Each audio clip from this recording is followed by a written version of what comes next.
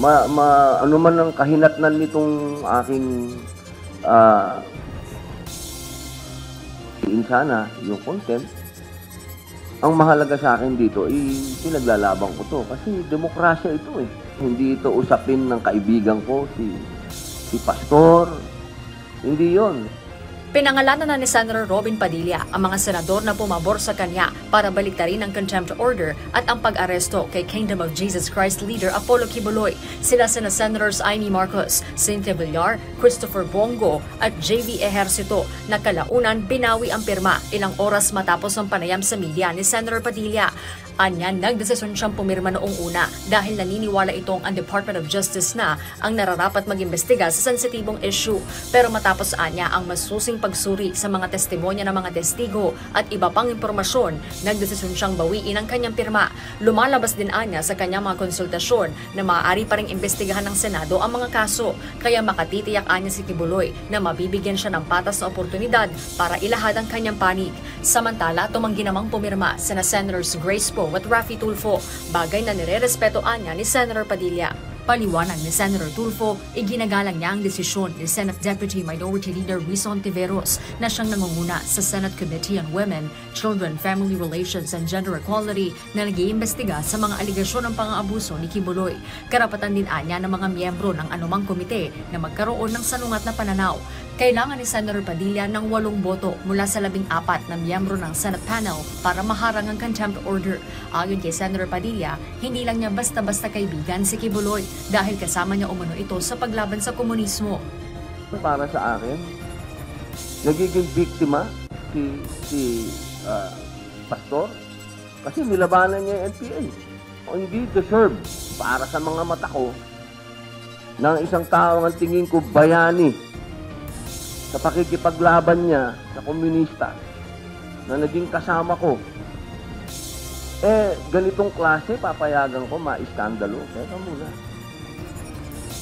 Nasaan ang utang na loob natin sa serbisyo ng taong ito na inalay niya sa paglaban sa komunista?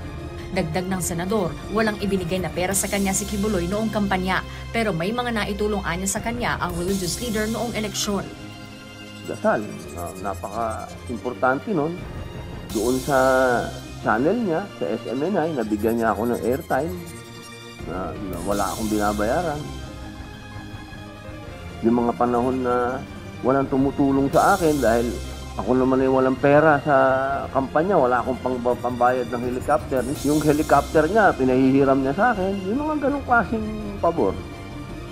Giit ng senador, dapat ipaubaya na sa Department of Justice ang kaso laban kay Kibuloy. Paliwanag nito, nag-iingat din kasi siya kapag may kinalaman sa usaping relihiyon ang issue. Pag sinabi natin kasi na si Pastor Kibuloy, religion nito. Sana mas maintindihan natin na itong kaso na to,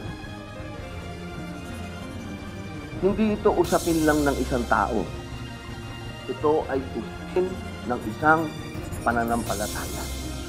Meron tayo sa konstitusyon na paghihiwalay ng religion at ng Estado. Si Senator Villar naman, na isa sa mga pumirma, inaming matagal ng kaibigan si Kibuloy, kaya duda siya sa mga aligasyong ibinabato laban sa religious leader. Pag talaga ko na siya kilala, parang hindi naman siya sa yung mukhang gagawa ng gano'n. Kami ni Amy, pareho namin siya kilala.